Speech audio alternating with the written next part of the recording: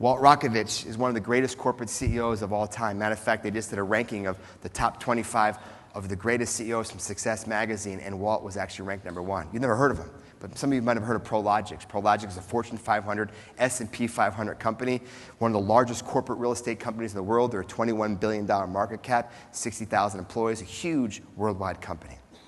Walt worked for the company for years, grew up as senior vice president, CFO, and then eventually president, and then about 6 years ago, Prologix was going through a really tough time. The CEO was a total narcissist, and he did not believe the direction that he was taking the company, so Walt resigned.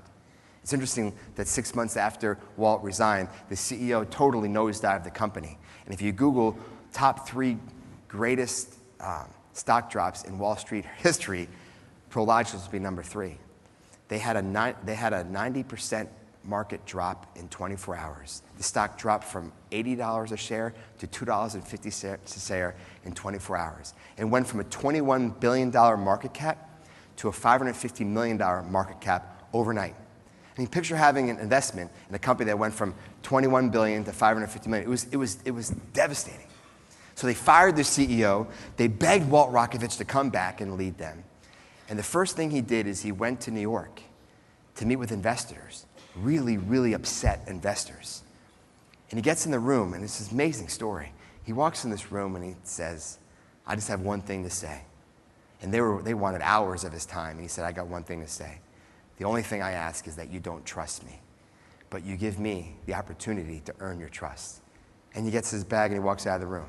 That was it. And for the next 4 years, he orchestrated the 3rd greatest corporate turnaround in Wall Street history. And if you asked him, "How did you do it?" he'd say, "With love. I didn't have to say the word. I didn't have to hug anybody. I didn't have to smile at anybody.